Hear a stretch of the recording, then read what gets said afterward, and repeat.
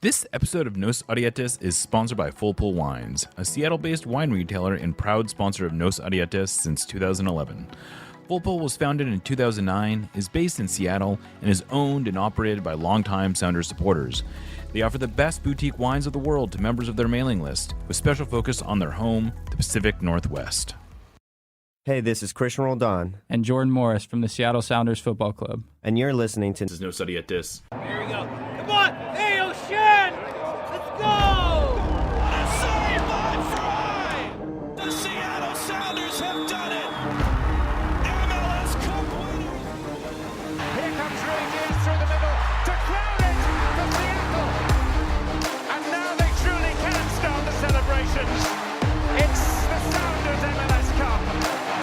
Nico Lodero leaves absolutely no doubt! The Sounders rule the region! Seattle Sounders is good. Seattle Sounders, the greatest MLS team in history. They've scored! They've scored! Finally! This feels fucking awesome. This is a tiny dog.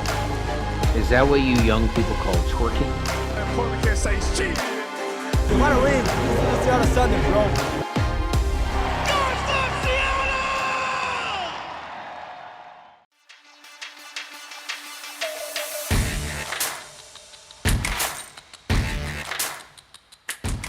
Welcome back to another episode of Nos Arietes, sponsored by Full Pull Wines and Watson's Counter, as well as our Substack subscribers.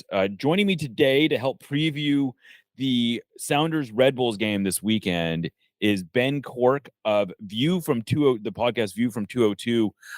You may also remember him from the late great Once a Metro. Welcome back to the show, or welcome to the show, Ben. Yeah, no, it isn't a back, but we haven't played the Sounders in soon. I know, but it does seem like the Red on. Bulls. Yeah, weirdly, the Red Bulls seem to be one of those teams that has been perpetually skipped in the rotation. Whenever these when they keep changing the schedules in terms of like how often you play Eastern Conference teams, but right, yeah. And then COVID knocking an entire season out didn't help either. And I think it was 2019 because I remember that as one of the more inglorious home losses near the end of Chris Armas's era at the club, where Seattle came in and took the points. But nothing since then. So this is a debut appearance, I guess. Yeah, it is, and it's also the first time that the Sounders. This is a great transition.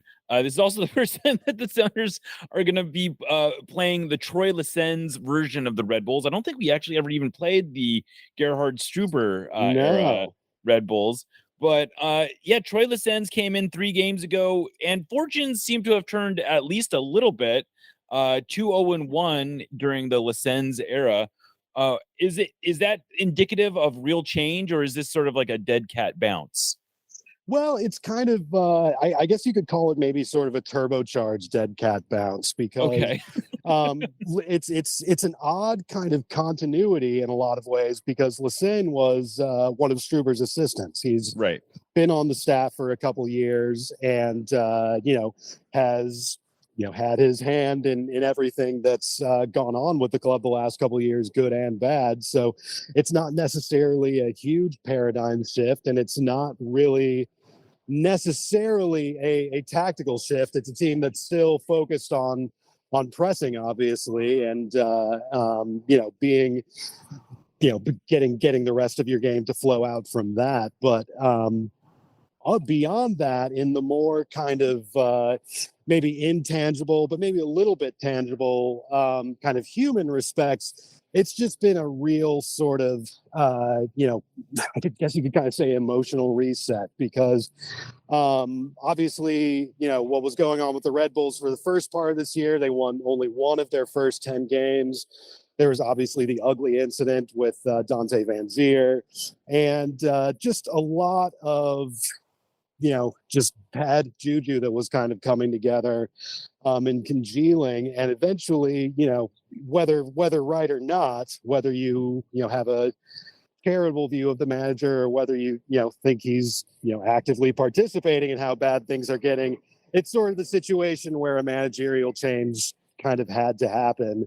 And, like I said, it's resulted in a little bit of a, bigger dead cat bounce, because obviously the team's been undefeated in the league, and then they only lost the Open Cup the other night on penalties ever since Lesane took over. And I mean, it's a, not small sample size still, but pretty drastic change over a short period of time. And it's, the team's been struggling with injuries this year, but it's not even like any of those injury absences have really come back into the picture. And I think what's really happened, I think the main diagnosis that myself and a lot of people who follow the team kind of have had, is that the players just feel more freedom. They like I said, they hit that reset button, and the players feel a bit looser about how they're played, both because it's a new manager who's, equally kind of nervous and trepidatious about what's coming up. But it's also that, without getting too deep into the past, Gerhard Struber was a manager who was known to be, pretty stringent about what he wanted from his players, ran, a pretty tough training sessions, tough, kind of tactical demands, and players were frequently going in and out of the doghouse, on and off the bench. And I think you can kind of palpably see that the players are not second guessing themselves as much anymore. They feel a little bit more freedom to take some risks, do some things that they, were maybe not allowed to do under the previous manager. And, like I said, without any new personnel really coming into the mix, the team just looks a lot more free, and the body language is better. And, in a more tactical sense, you're seeing, certain positions more freed up to attack and take some risks. And yeah, it's all kind of led to a team that had previously struggled to score a goal unless an absolute miracle happened, now look like a team that's a little more threatening, over the aggregate, as opposed to just, hoping for the perfect moment. Yeah, so on that same token, I was looking through the stats, and the one that just jumps out at you is they are something like 8 goals in the negative between what Open Play XG suggests they should be scoring and what they've actually scored. They've only they're sixth in Open Play XG and second to last in Open Play goals. They only have 6 goals on 14, like more than 14 expected goals. Is it like, is that like, how does that show up? Like, are they missing sitters? Is this just they're putting lots of shots on frame that are maybe overstating the XG? Yeah, I think it's been more of the latter for sure. It's kind of a situation. I mean, the Open Cup game the other night was astounding, where it was something like 35 shots against Cincinnati's, like, I think 5 or 6, and it ended up being a 1-1 game. And it's, incredibly high gross numbers as far as you're shots. right. It was 35 to 6. yeah. And then that's not the only game where there's been that sort of disparity. It's a lot of shots that are getting cranked off, but when you watch the games, it's not like these are, guys being fed in, with an open back post. It's, a lot of, it's been a situation where teams, like I said, Gerhard Struber was, very kind of focused on playing his specific tactics, and teams kind of figured that out and realized that if you don't really take a ton of risks, if you sort of sit back against the Red Bulls, they're not going to, be able to create a whole lot. It's a situation where they're getting the ball. I mean, a lot of people have pointed out where it's kind of like they get the ball, and the moment they see any resistance, they turn it around. And, that's terrible for the way that you're, going to try and play a, vertical pressing originated attack. So what you see is a lot of situations where they face resistance, they sort of, turn it around and start circulating it, and it eventually ends with kind of a bad shot from the top of the box into traffic against a set defense, and just repeat that 20, 30 times a game. Now, ever since Lesane has come in, like I said, there hasn't been a huge shift structurally necessarily, but you can see a lot more fluidity, like I said, where players are maybe moving into spaces, making runs that they maybe, were discouraged from under Struber. You're just seeing, occasionally even just, more general numbers going forward. I mean, the most notable, I think, tactical tweak since Lassane has come in has maybe been putting Drew Yearwood back into the team. Kind of the young DP midfielder who had barely played under Struber this season. He's not only been put back into the team, but played in kind of a free sort of support attacking midfielder role. He's not quite a number 10, and I think the team still lacks that sort of, dedicated creative midfielder to, create things against a packed defense. But Yearwood, who's, pretty technically solid and, hard runner, hard shooter, he's been able to make some things happen and create some danger that didn't necessarily exist in the final third before Lassane took over. Yeah, I guess on that same token, who are the players that are creating danger? What is the sort of offensive, and we know that this is a team that likes to press, that they like to create high leverage chances from the press, but when that's not happening, what's the idea here? Well, when that's not, I mean, for the most part, for the last couple of years, when the run of play attack is not happening, which is most of the time, it's been a lot of set piece goals. And that's an interesting part of Lassane taking over, because his, kind of designated role when he was an assistant was running set pieces. And you could always see him on the touchline, kind of running out to do kind of a squat and watch during set pieces. And the set piece work was generally pretty good the last couple of years, including some interesting creative stuff. Most of the goals on the end of it were scored by Aaron Long, who's obviously not with the team anymore, but they've still found a way to get some of the taller guys in dangerous positions. Andres Reyes has, gotten a couple goals already. And that's, it's not the prettiest alternative, but that's had to be the alternative the last couple of years. But like I said, recently, in the last few weeks since Lassane took over, there's been a little bit more fluidity from the run of play, and some more ideas. You're seeing different kind of strike partnerships tried out, or even guys like Tom Barlow being tried in what seemed like a straight up wing position the other night in the Open Cup game, and just trying to make something happen in the attack, which, under Struber, the attack seemed to be sort of beside the point, because the premise seemed to be that if you just press hard enough and you create enough pressing mistakes, that the attack will create itself, and that just wasn't happening. So now that you're starting to see some new ideas kind of tried out, there's getting to be a little bit more, danger and unpredictability in the attack. So I don't know how accurate this is, but if you go to, fbref.com and you look at the formation, it changes almost every week. Yeah. We've seen a 4-4-2, a 4-2-3-1, a 3-4-3, a 3-4-1-2. What are you expecting formation wise, and how accurate is that? Are they really changing formations this often? Well, yeah, I think under Struber, that also became one of the sort of chronic issues, was that week to week, half to half, players, I don't think, were very clear on where they were going to be and what they were going to be expected to do, and didn't really know where their teammates were going to be. And you could really just, again, just as far as the body language and everything, before Lassane took over, you could see players, you could see kind of the gears turning in their heads every time they got the ball. It was just a very labored and sort of strained process to move the ball around with this team.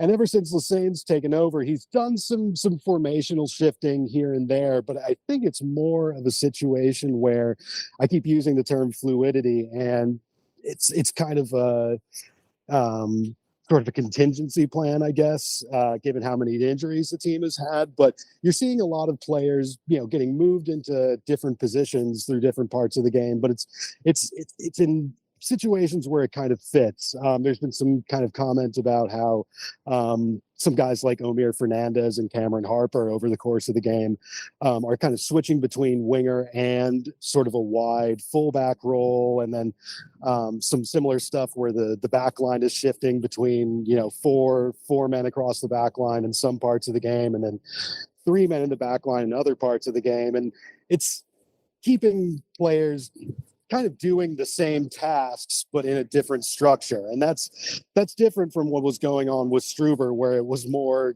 just guys getting subbed off if it seemed like they weren't doing well enough, and then being played, in the opposite side of the fullback roles the next week. It was sort of reactive in those situations. And ever since Lessane's come on, there seems to be a little bit more of a, reasoning behind keeping guys in certain parts of the field and just, changing more on the fly as opposed to, completely rewriting the game plan at halftime.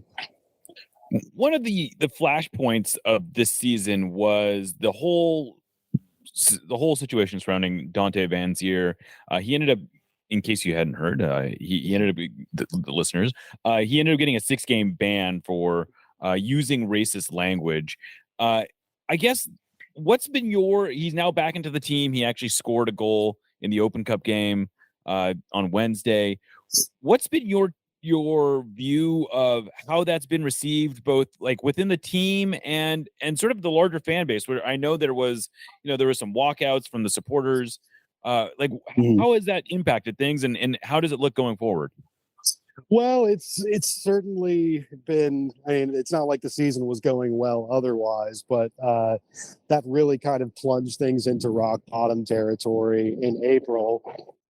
Without rehashing the entire incident, it became kind of a thing where it, exposed a lot of, sort of issues with the way the club was set up, and sort of, hate to say it, how Gerhard Struber was, kind of using his leadership role, and it eventually became kind of a crisis of confidence, both with, what was going to happen with Van Zier, and whether he would get a longer suspension, whether he'll be sold, all that kind of stuff, but also whether Struber himself was fit to lead after, making a mess of that situation in the face of everything that night. And that's just another thing where just sort of hitting the reset button and moving on from it was more than likely the healthiest thing to do. And the results have shown that, it's, at least in the short term, was probably the right thing to do. But as far as Van Zier coming back, it's been a little bit more kind of confusion and unease, really.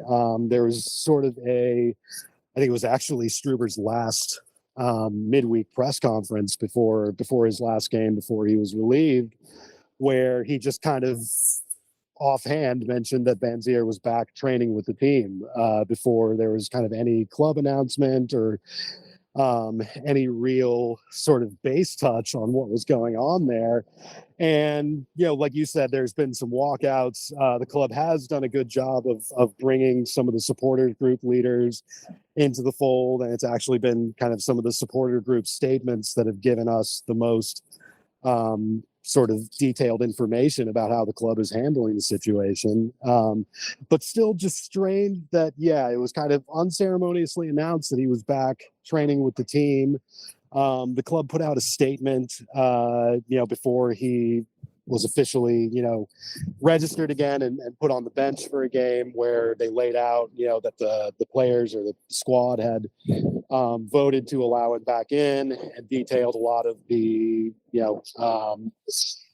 sort of educational process he had gone under. And just generally, you could hear, like I said, through the supporter groups, through their meetings with Van Zier and Struber that were going on during the heat of the crisis, that Van Zier sounded a little more repentant and remorseful about what had happened.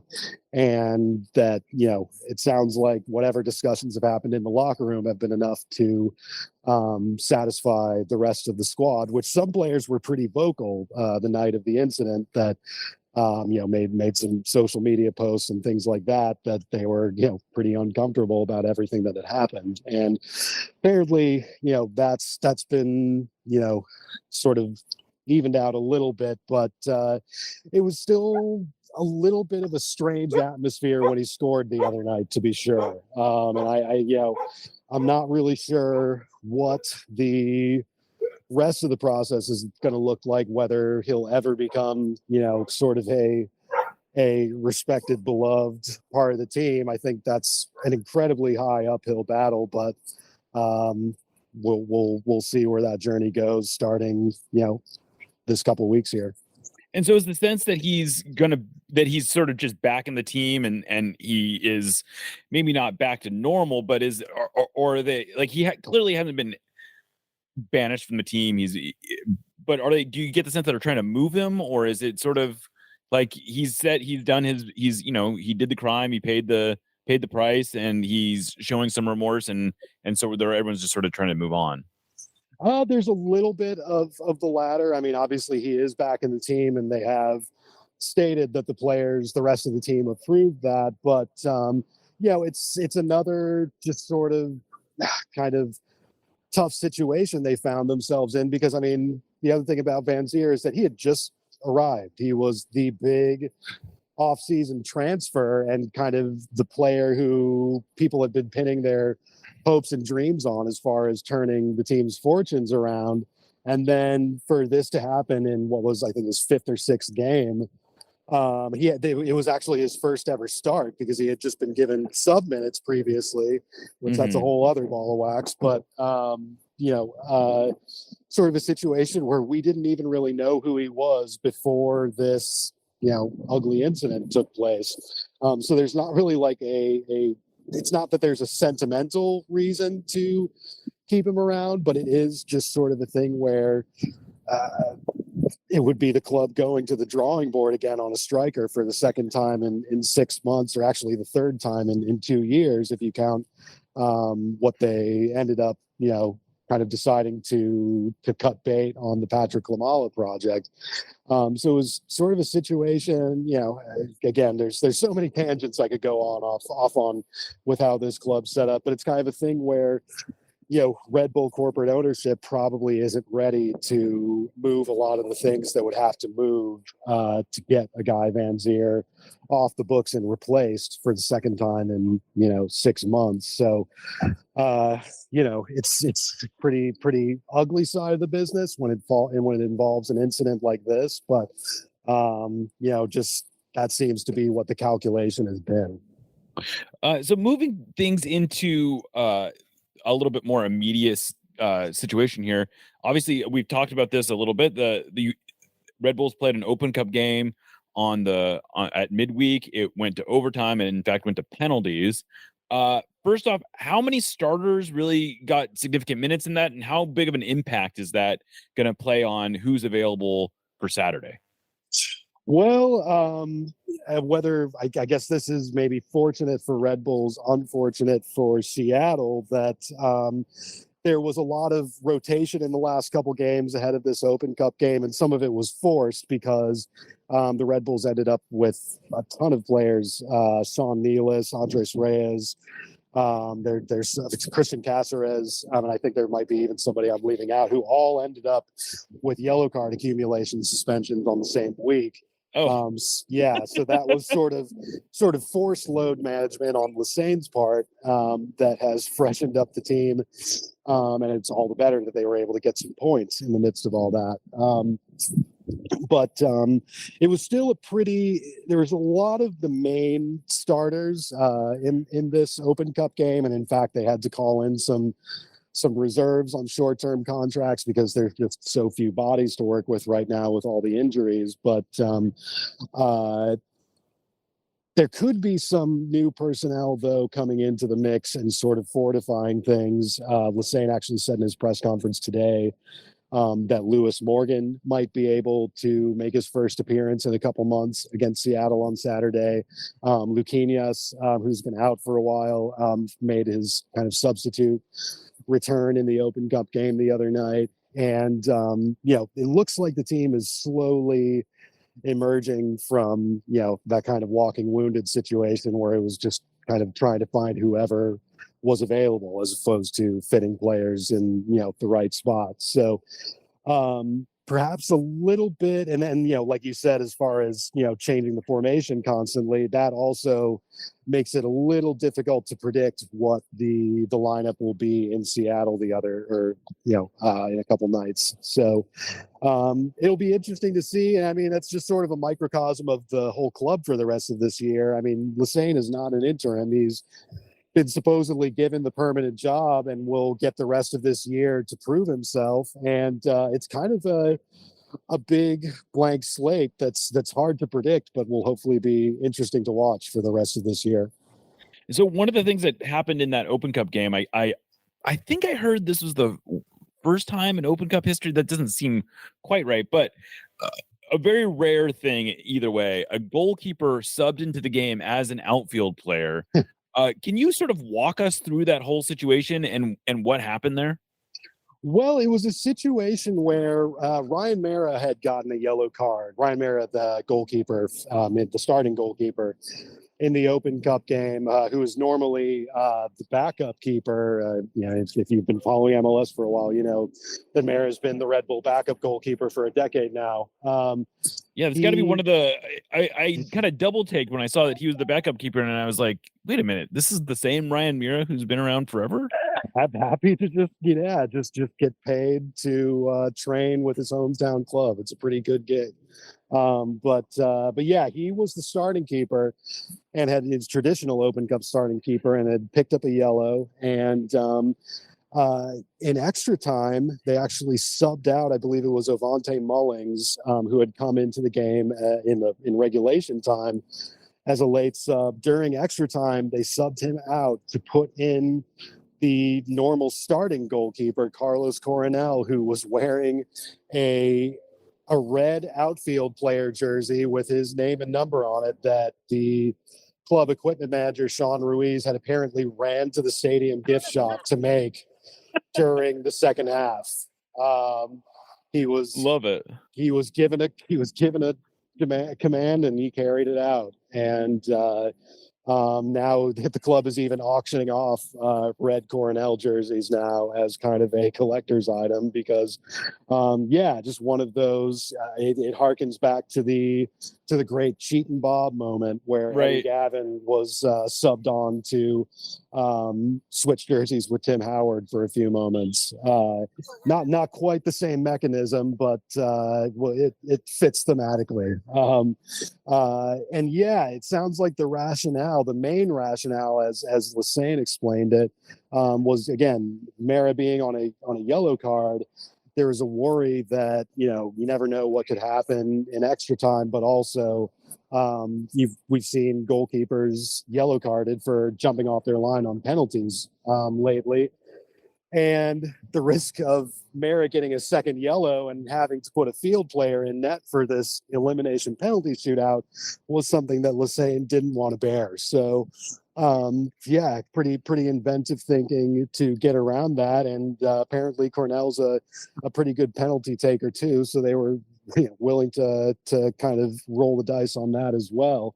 It was strange too that they ended up, even though they were both on the field, they ended up leaving Mara in to defend the penalties, considering Cornell's considered a little, more athletic of a guy. But it didn't end up, sparking the team to a victory, but certainly good memory to go in with, like I said, the Eddie Gavin playing goalkeeper for 3 minutes moment. Yes. Never a dull moment, even during bad seasons with this club. Yeah. So, I guess that sort of wraps up the main things I wanted to touch base with you. We get to see Red Bull. Like I said, we see Red Bull so infrequently around here that I, almost had to do a crash course and everything that is Red Bulls. But it really was kind of a different era of not only the club, but just all of MLS the last time these two teams played. Yeah. So, I now I'm kind of curious from a quiz perspective, if this is the longest time the Sounders have ever gone between playing an MLS opponent, because this is, it's been, I think, 4 years since they played, but in any case, it's been, I appreciate you coming on. educating us about the Red Bulls.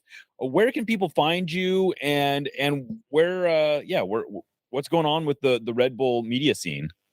Yeah, well, you can find me. I host the V, even though thank you for the praise for the late great Once a Metro. Currently, I'm still hosting the View from 202 podcast, which is a weekly podcast about the Red Bulls.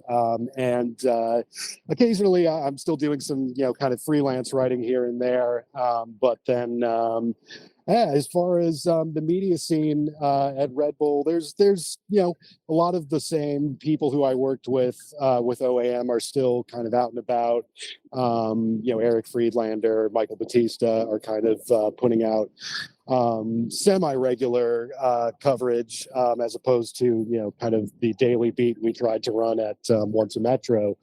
But it was just kind of a situation where a lot of just sort of rough momentum at the early part of this year probably dampened a lot of interest there might have been in doing some more coverage. But maybe now that the arrow seems to be pointing up at the club a little bit, both in the table and a little bit vibes wise, maybe you can see a little bit more of a groundswell to have a little bit more media around the team coming up soon. Well, Ben, thank you so much for joining us. You can also read Ben's stuff on Twitter at Corkinho, right? CORKINHO is his Twitter handle. Thank you so much for joining us. I am Jeremiah Oshan, signing off on behalf of our sponsors, Full Pull Wines, Watson's Counter. This is No Sarietis. Remember, you're not alone.